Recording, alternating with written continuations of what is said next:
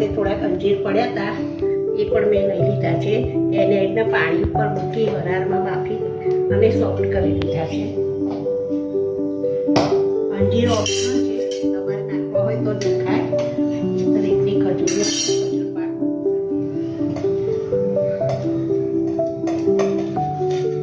મિક્સરમાં ક્રશ કરી અને ખજૂર અને અંજીરનો પલ્પ બનાવી દીધો છે. 1 ચમચી ઘી લઈ અને બદામ અને કાજુની કતરણને શેકી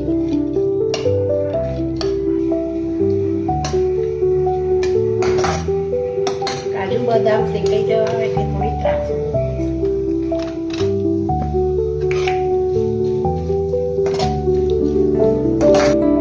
4 ચમચી જેટલું ઘી લઈશું.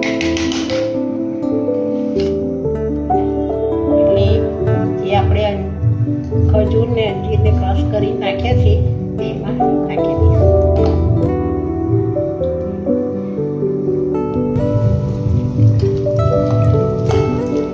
ઘી મૂક્યા પછી ઘી ગરમ થાય એટલે આ ખજૂરને શેકી લેવાનું.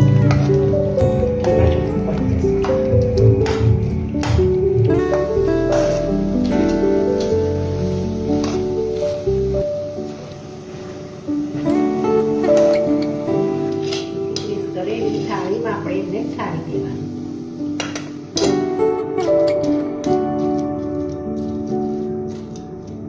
કાજુ બદામ દ્રાક્ષની કતરણ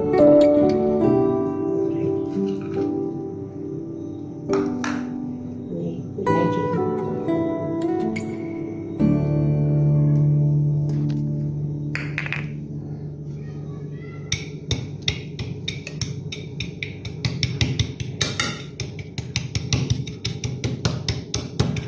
તૈયાર છે આપણો ખજૂર પાક.